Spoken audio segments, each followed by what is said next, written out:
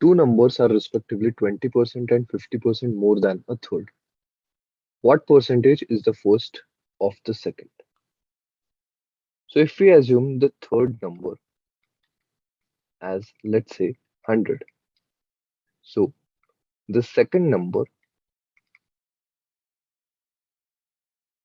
and the first number will be, first will be 20% of the third, 20% more than the third, so it will be 120, and second number will be 50% more than the third, so it will be 150. Now the question asked is what percentage is the first of the second? So we want 120 upon 150 into 100. So zeros get cancelled, 3 4 are, 3 5s are. So this comes out to be 80 percentage.